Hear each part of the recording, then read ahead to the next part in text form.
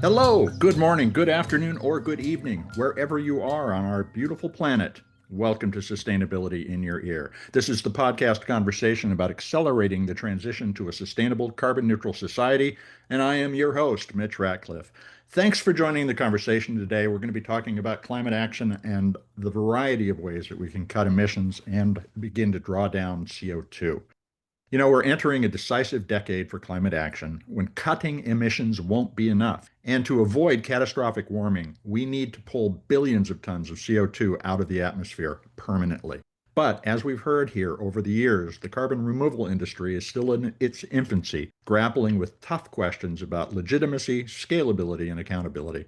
At the center of this emerging field is a less visible but absolutely essential layer: the infrastructure that tracks, verifies, and certifies whether carbon has actually been removed and stays removed. It's a technical challenge, but also a political and philosophical one. Who decides what counts as real removal? Whose data gets trusted? And how do we make sure that the tools we build to measure carbon don't simply entrench new power dynamics in the name of climate progress?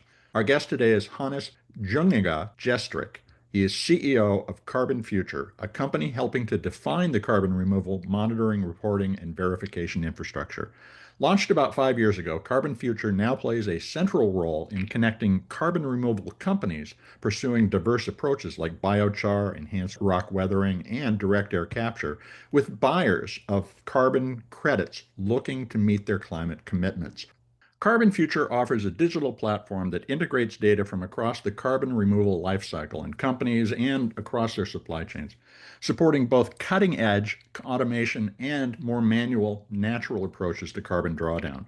It's one of the few companies building the connective tissue that could turn carbon removal from a scattered effort into a functioning ecosystem. Scale, however, will bring new challenges as corporate demand for verified carbon removal grows and big buyers enter the market. The systems that track carbon can begin to shape what kinds of projects succeed and which ones are left behind without any consideration. Trust becomes a currency, and the platforms that facilitate it become power brokers. So today we're going to explore how Carbonfuture is navigating this high-stakes terrain, building tools for trust while balancing the tension between innovation, inclusion, and verification. You can learn more about Carbonfuture at carbonfuture.earth. Carbonfuture is all one word, no space, no dash. Carbonfuture.earth. We're going to get into the conversation right after this quick commercial break.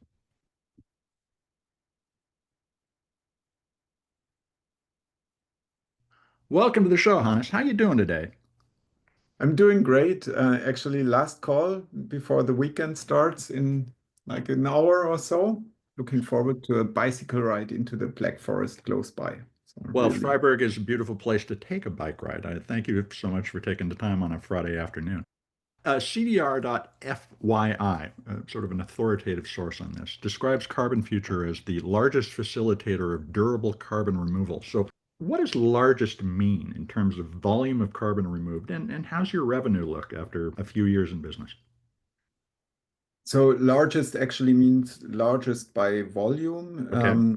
I think we are largest both by facilitated volume, which includes future volumes and actual delivered volumes. I haven't checked the recent numbers today, but we used to be the largest also by delivered volume. So it's actually uh, um, a rank we are quite proud of. And one of the background reasons is here that we focused from the beginning on delivering actual carbon removal credits and actual based on actual activities. One of the reasons why we started out with biochar carbon removal as a technology, not because we only want to do biochar, but we really wanted to provide our services for real activities. And yeah, that's the background. On the revenue side, we don't disclose the exact numbers, but we have I would say, a healthy revenue trajectory as a VC-funded startup, kind of a revenue growth that shows that we have a reason to exist. Okay, so you've validated the business. Now you can Exactly. validate the market. Now you position Carbonfuture's business as, by the way, audience folks, we're going to talk about MRV more than a few times. It means monitoring, reporting, and verification. So your MRV platform is, you describe it as more than a compliance tool, but as infrastructure. What does that mean in practice to the way that the company considers the investment in the technology? And I guess the other question is, who do you sell to? Is it the sustainability team, the finance team, the compliance team? I mean, this is a pretty broad question already, and then you can look at this from all the different angles. So, MRV, monitoring, reporting, and verification, is a term that has emerged to be the thing that people reference to when they talk about data infrastructure on the supply side, so where data is being collected and consolidated and checked and provided to an independent verifier, auditor under a third-party standard typically. And many of the companies out there have different focus points or emphasize the aspects of MRV a bit differently. Some are more on the upstream side, look at primary data from sensors or so. Some are more on the verification end, closer to a standard or so. And we are kind of focusing on bridging the primary data from the facilities that might come from sensors or from flow meters or even from ERP systems into a standardized format that is sent to an auditor. And from that perspective, we are maybe thought of best as a reporting layer on the activity side, on the supplier side, that kind of provides the data that is collected with the projects to a certifier and verifier and also to a buyer. So that is the infrastructure piece that allows for a look through from whoever is entitled to see the data, for example, a credit holder, to the upstream data on the whole life cycle of credit creation or carbon removal creation. And maybe one last additional thing. What is a USP on our end is that we cover data across multiple facilities and multiple entities on the supply side, because many of these technical, durable carbon removal solutions are different to a forest that is Right. on one place and has one steward, covers an industrial value chain. So we collect data along value chains provided to stakeholders who need to see it. So we are building a new infrastructure for sharing the information that allows us to understand our total carbon impact as a business, our total carbon impact as a marketplace. I see where you're going. What's your business model then? Is it a SaaS service, verification as a service? How do you describe it when you first have that conversation with somebody? Today, the business is based on transaction fees or a cut on facilitated transactions to a buyer. Mhm. And the reason for that is that the most important service we deliver to an early stage project, and most of the CDR projects out there are early stage, is Yeah. proof points on the revenue side. So we help the projects to provide the levels of trust that are needed to a buyer to engage in a transaction, and then prove that also on an ongoing basis. And so the primary service is to bring that trust to a buyer and facilitate that. And the MRV service I described before is something that is designed for a more mature market stage and to prove to also to buyers, but also to the wider stakeholder group like policymakers, how a robust carbon market should be designed. And for that specific service, you do not get that high of a margin in this early stage market, and also in the future. I don't think it's a high margin business, right? It's a really basic service that's necessary to carbon removal creation, to the issuance of credits, and that needs to be cost effective to provide for scale for as broad as possible set of projects across the globe. You first came to my attention when you worked with the X Prize to validate the carbon removal prize winners. And you really added a layer of credibility to the program. And what you were just saying is really interesting in terms of thinking about that, how we create an umbrella of trust that allows people to look at a set of options for carbon drawdown and select from them with confidence. You also Mhm. mentioned that you might take a cut when you validate or facilitate a transaction of carbon credits. So how do you avoid becoming both player and referee in the carbon ecosystem? Or is that exactly the point, to be the influencer that canonizes best practices? Yeah, I like the analogy of players and referees, and there's also an entity who makes the rules, right? So Mhm. according to which the players are supposed to play, and the referees are supposed to kind of oversee. I would say the referees are basically the auditors, and we are not auditors. We are probably more the groundkeepers in a stadium that make Okay. sure that like everything is like provided properly. The players have a playing field that's in shape, and Hmm. no one gets hurt, and the audience can come and they pay their tickets and have a good experience and stuff. We're really service provider. Of course, we are helping, I would say, the referee to maybe we also provide like the light that shines to every situation on the playing field and Again, stuff. infrastructure. You're talking about creating It's the infrastructure. setting in which all of this can actually happen. Exactly. Exactly. We are not referees, and we see ourselves really as service providers for the players to improve their game and how they provide the services. And yeah, as you say, we collect a fee, of course. We are a commercial startup, and we deliberately decided to provide this infrastructure layer as a commercial startup because we thought that is the best way to prove that it can sustain in our like economies, and we don't need to wait for policy to evolve across the globe and say like this is how it goes. And also policy needs examples to shape best. And so this infrastructure is coming together. And sometimes we think too slowly, but having been through a few revolutions in technology, they take more time than we ever want them to. But there's this emerging pool of data, and I'm curious about your thoughts as to whether or not the current ideas about data confidentiality and data ownership might be a blocker to really propagating the data that we need to better manage carbon as a society. Is that something that you're running into? Yeah, I would say yes, and it's actually a quite challenging question. And I wouldn't say, I mean, data ownership is something I'm not sure if that term actually exists legally. I think it's the right to use data and the right to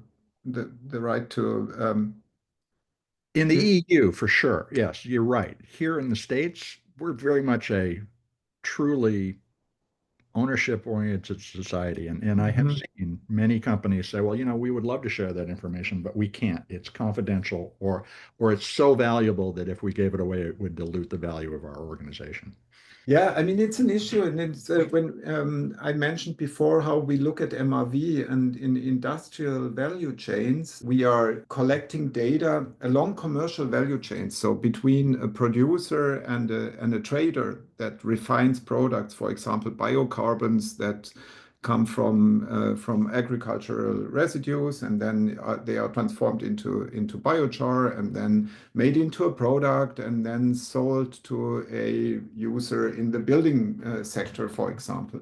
So you can't disclose all that data because Yeah. otherwise the commercial interests of the actors are violated. So that is a reality, but and is it a blocker? I don't know. It's a blocker maybe for a premature voluntary carbon market because people think a bit of it as a charity, which it shouldn't be. It should be a real market. And Yeah. so professional approaches to data management and data oversight, ownership, confidentiality is absolutely key. And that's one of the reasons why we invest so heavily in this software stack, which I mean, I said it before, we are today not paid for that service so much, but rather on the transaction side. And of course, on the other hand side, a large buyer has good reasons and rights to ask for all that data that supports the credit creation in the first place, because they finance it, and so they want to know, is it real? Is it measured? Are communities being heard? Is it de-risked, Yeah. and will it sustain? So that is a yeah, you hear it from the longer answer. It's something we are dealing with from many angles, and since day one, honestly, since we founded the company, yeah, more than 5 years ago. As we've talked about, there's an infrastructure, digital infrastructure growing here, but a lot of the manual, natural carbon drawdown organizations don't have that infrastructure. They might be farmers for the most part, following a few rules for applying biochar to their fields or enhanced rock weathering. How much confidence can a buyer have in that kind of programs reporting when they don't have a digital infrastructure? And should we be thinking about creating subsidized systems that they can plug into? I mean, especially on biochar community projects, there are a couple of players out there who provide and roll out such infrastructure, and also with enhanced rock weathering, there's a bit less on the community side, but rather organized by startups. You know them probably from X Prize participation, for example. I think the challenges on these really distributed projects from a data, I mean, not only data integrity perspective, but really controlling, is everything done right? Is like each individual process being followed properly? It's a different set of challenges for a digital infrastructure, for an MRV infrastructure, as opposed to our more back-end financial markets heavy approach. And we are partnering here typically. And I do think there's a large role to play for these type of projects. And we are working closely with a couple of partners who are providing solutions. Plant Village is an example of a software platform that has. You mentioned de-risking. Are we at a stage in this industry where we do need maybe philanthropic money along the lines of X Prize to catalyze some of that build out of this reporting infrastructure? Obviously, you have a lot of the pieces, but you need to make a profit in order to stay in business. Are we at that? Are we still at that sort of philanthropic kickstart stage?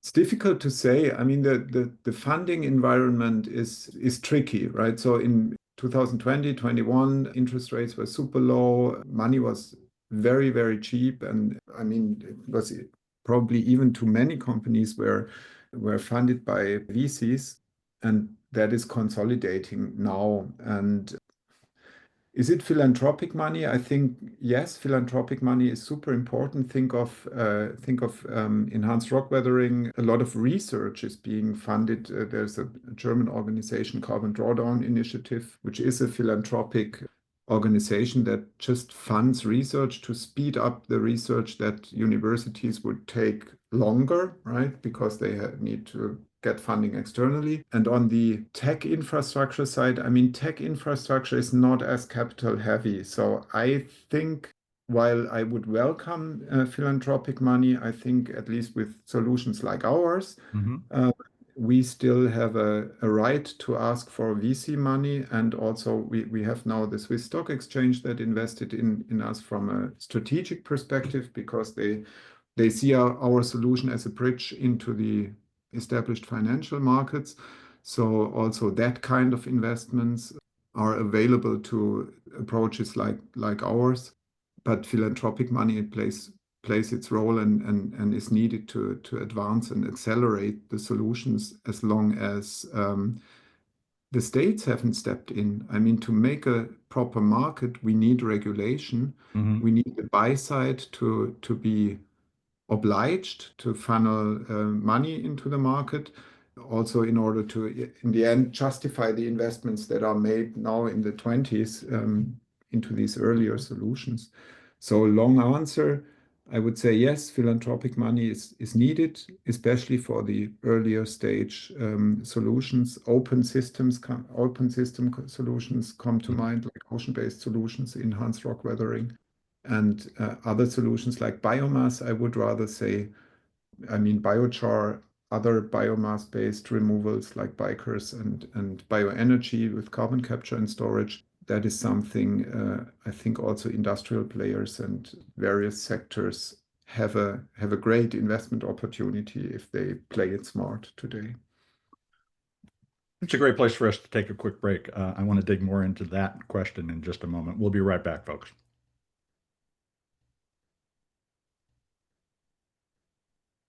Welcome back to Sustainability in Your Ear. We're talking with Hannes Junginger-Gestrich. He is CEO of Carbonfuture, a carbon removal reporting and verification platform developer. As we were going to break, you were talking about how a business has to balance a variety of things to succeed, especially in an early market like this. What's been the most difficult trade-offs that you've had to make between economic imperatives and scientific rigor as you think about how to report and validate carbon removal? That's obviously a challenging question, and when I think of trade-offs we made, luckily at least as I can remember and how I think of the decisions we had to make, we never had to trade off between rigor and validating or the auditors who do it, but allowing a not so good project on our platform for economic reasons or not. So we always lean to the scientific and rigorous side. And the reason is that our success, I mean, the reason is that we believe that climate action has to be real and measurable and verified. But also from an economic perspective, our success is based on the unquestionable quality of the product we are providing. So as soon as we start allowing deteriorating quality, we start with a race to the bottom that funnily doesn't end at zero. It creates a negative value because it hits your reputation and kicks you out of the market and pushes buyers out of the market and so on. So it kind of doesn't make sense for us from a strategic perspective to compromise for short-term margin against and compromise and sacrifice scientific rigor. Having said that, we still have to, and in the past even probably more, did have to make choices whether we, for example, support a specific use case for which our solution is not yet ready, right? So we have to program specific stuff into our platform just for one project because we need it as a proof point and so and such things. So and that leads to the risk of a perceived inconsistency. And I think that is a thing that confuses sometimes the public and the stakeholders. And here we sometimes had to make choices that didn't look perfectly clean all the time because sometimes we supported a type of projects that we didn't support before or we discontinued to support or stuff like that. The veracity of your scientific assessment is critical to all of our being able to understand collectively whether or not we're making progress towards carbon drawdown.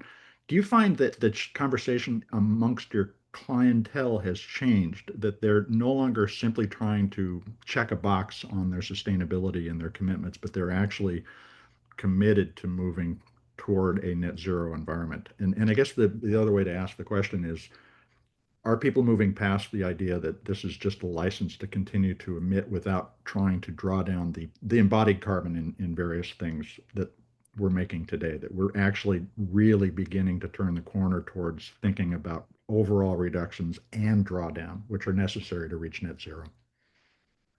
Unfortunately, I don't think that the global societies are at this point already to make a real change to actually fundamentally reduce the emissions, and that worries me a lot personally.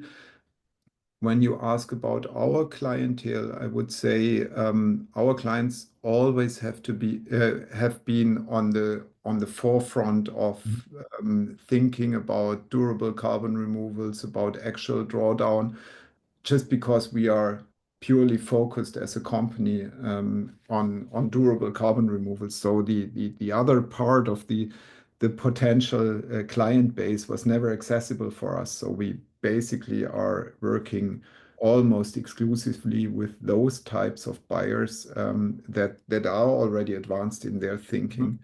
So what is on the bright side, I would say the client base has enlarged significantly, also beyond like Microsoft being really by far the largest and subject matter wise the leading buyer. But there are other buyers who also have specific approaches and strategic thinking around carbon removal, which has a good and a not so good part to it because the standardization of the product is needed to make it accessible to a really large group of buyers. But with that variety, we are making steps to, yeah, I would say commoditizing carbon removal as a product or as an asset. That is one thing. And on the other hand side, you mentioned using carbon removal as an excuse to continue to commit. I haven't seen that really on our buyer side. Of course, I have seen it in the media on the, Sure. That's good to hear. yeah.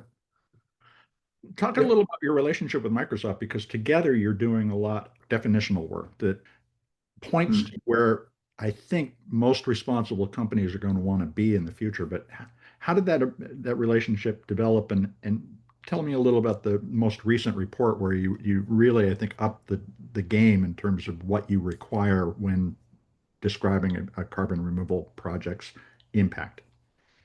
Maybe it is a bit on the history of our firm and also on the history of how we work together with leading buyers like Microsoft, but also Swiss Re and Mhm. some of the resellers, honestly, are also amongst these players who want to really level up like how we think about carbon removal, what it means to remove carbon permanently from the atmosphere, and what is necessary to create a credit or a claim.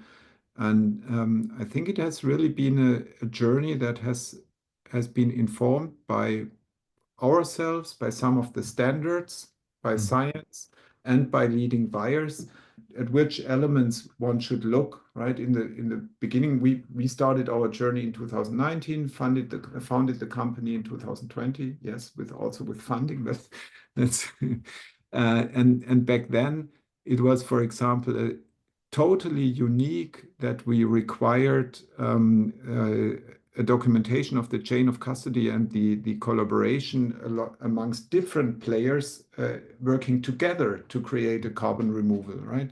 But if you think about it, like for in the biomass-based space, for example, you source the biomass from somewhere, someone, like someone provides residual biomass that needs a proof about this. There are emissions happening upstream. Yeah. Then there are processing steps that happen at a facility. Then there might be transport steps. Then there might be even utilization versus storage questions to address. So we were very much out there to address chain of custody Mhm. questions, for example. And even some of the leading buyers didn't have that in their due diligence thinking, in their procurement thinking. So in these conversations, we kind of we educated buyers, we educated standards, and on the other hand side, of course, buyers and standards had to educate us. I'm coming from the financial industry, for example, and my co-founder as a software developer, also with a background in more regulated systems. But like we had to learn about, yes, SDGs matter in carbon removal land, although it's not the measured thing and it's just a co-benefit or so, and really which kind of other elements to due diligence and to qualifying a project have to come in. So it's really a joint learning curve. And I think now we are at a stage where regulated systems, like for example in the EU, the CRCF, the carbon removal and carbon farming framework, is being formulated and finalized based on all the work that we and others in the ecosystem have done. So it's really building up a market, building up an asset class, the foundations of a new industry, hopefully. So as you do that, I'm curious, are there emerging technologies or even natural carbon removal strategies that you're finding particularly intriguing and potentially transformative? You see, I'm hesitating. So there has been a quite a journey in how we think about this. We started with biochar as a first technology.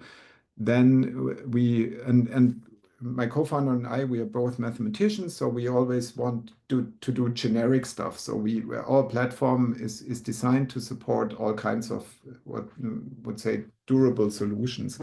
And so we always thought, like, what's next? First one we tried to support was enhanced rock weathering, because there was also a bulk good, not biochar, but rock dust that has been delivered and applied to a field. So we thought, okay, very similar.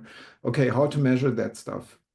Very different, very difficult, open system, but still potentially economically very competitive. So enhanced rock weathering on the economics, on the scaling potential side, was always top of the list, right? Direct air capture, loved by industry, really supported by regulators, well-funded, highly professional companies out there. Probably on the energy consumption level, although I know there are a lot of great solutions out there, but there's still a fundamental question mark around this, Yeah. which is kind of not addressed yet. So it's always like second and third place in our thinking. Biomass-based solutions are near term, from our perspective, the ones that will deliver volume. And what excites me is also ocean-based solutions. Which ones? Because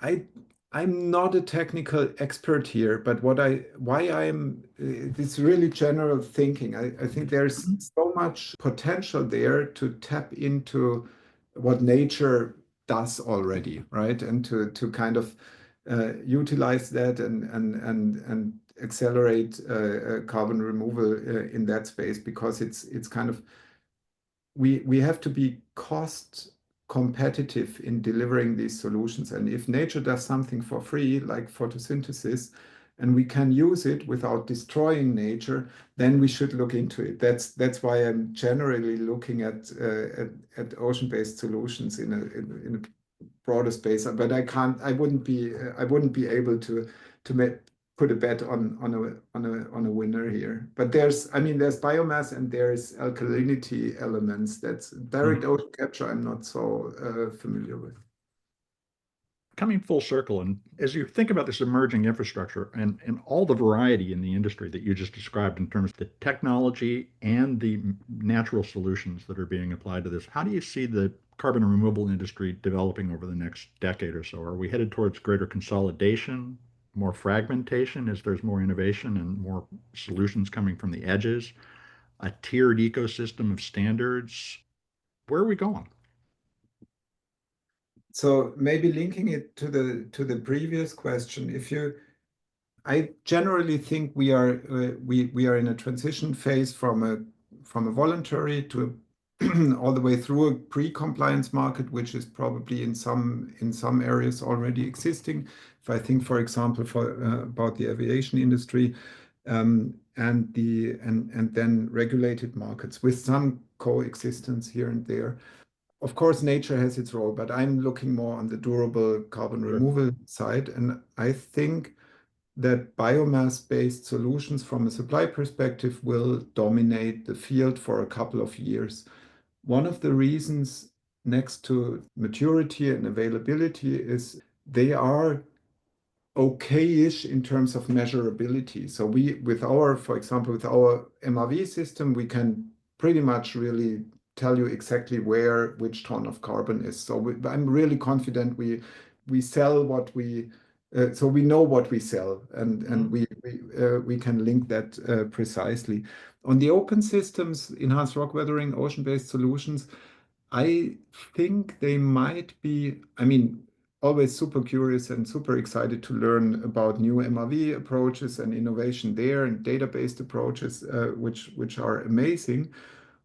But when you think about generally in an open system, they might be rather fit for state regulated frameworks where, like for example in the EU you have specific agricultural practices that receive subsidies just because the landscape should be protected or so, like activity-based subsidies or activity-based funding, which I don't see so much in the voluntary carbon removal space.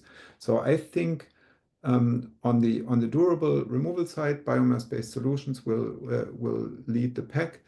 And what you asked on the ecosystem more broadly, I guess we are in a phase of consolidation, partly driven Really? by funding environment. Sorry? I said, really, I see us diversifying rather than consolidating. Why do you, can you give me an example? Okay, maybe it depends. We have to be specific where we look at. For example, marketplaces, infrastructure providers, standards, so and so. There's still, you're right, there's still a diversification, but service providers, I would say venture capital funded service providers, they have a hard time to find money. So consolidation Okay. push is there. But you're right on the on standards, on solutions, on yeah, new innovations. We still have a we still have a kind of a growth and a opening the funnel in a way. And how I see it in the future when we come closer to regulation, I'm not sure how it goes, but our hypothesis and our architecture is open architecture. So we want to be servicing an ecosystem rather than a fully vertically integrated like project developer with all the data in-house. Also on the market side, like own everything. That's not our approach. And why is that? I think maybe it's because of we are socialized this way, like to think in ecosystems when it comes to economic value creation. But I think I also want to cooperate. So I think we can create network effects. We can do what we do best, and coming back to the economics, driving down the cost of removal data provision and removal issuance is essential because the fundamental value of the actual physical removal that has to be funded, and the services around are facilitator for that, and it shouldn't be like can't be a huge margin business, right? So that's why I think we should optimize here. So based on everything you know about the industry, and you've explained a great deal of it as we've been talking, how far along the way will you be in terms of drawdown by 2040? Are we going to be, and I won't ask you to say the number of gigatons, but do you think we will be 20% of the way toward the environmental goals we have as a society? 50%? 2%? Where are we headed? So I said it before, I'm honestly, when I look at what's happening globally at the moment, I I am concerned that the emission reductions are delayed too much. So that is my major concern. On the removal side, yes, we have to build up an industry, and it will be absolutely decisive how fast we are. But I mean, the climate crisis, the severeness of the climate crisis is mostly driven by how fast we change our burning fossil carbon behavior. And here I am concerned less so on the, I mean, when you look at the European developments on the renewable energies, they have picked up. They have won the economic race. There can be as many interest groups as there want to be renewables are the cheapest source of energy. They will make it. That's it, right? But I'm concerned on the emission reductions anyway, and on the removal side, I am an optimist. So I think we will be on the path to the gigatons by 2040 for sure.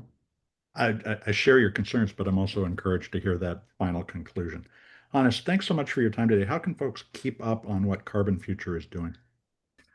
I mean, our website is rich, full of information and also up-to-date stuff like blog posts and interesting stuff about recent developments, carbonfuture.earth or carbonfuture.com. We are pretty much active on LinkedIn, and you can also follow me personally on LinkedIn. Well, thanks very much. Have a great weekend. Wonderful. Thanks, Mitch. I will. I really enjoyed the conversation.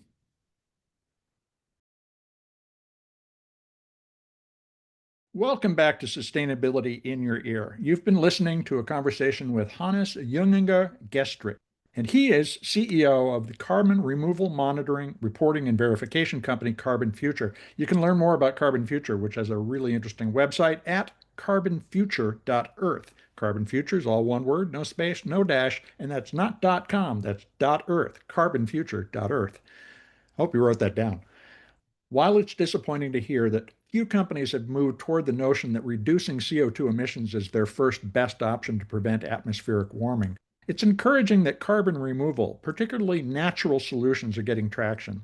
With a growing infrastructure for tracking carbon throughout its product's life cycle, to its verified measured removal and storage, we can begin to envision a future when, having reduced emissions, the drawdown of anthropogenic carbon dioxide can offer hope of reversing climate change.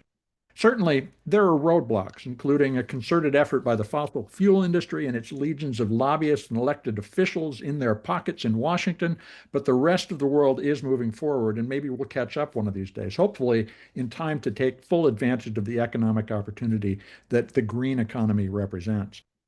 Hannes made an important point that we have to think in terms of ecosystems when looking to create economic value. Simply storing CO2, say in the ground or the ocean, using methods that may carry other negative impacts, will not result in a net gain for nature or for us humans. MRV technology and services are beginning to let us see into the actual outcomes of this emerging movement to remove CO2 from the environment. Although the progress isn't as fast as we want, it is progress.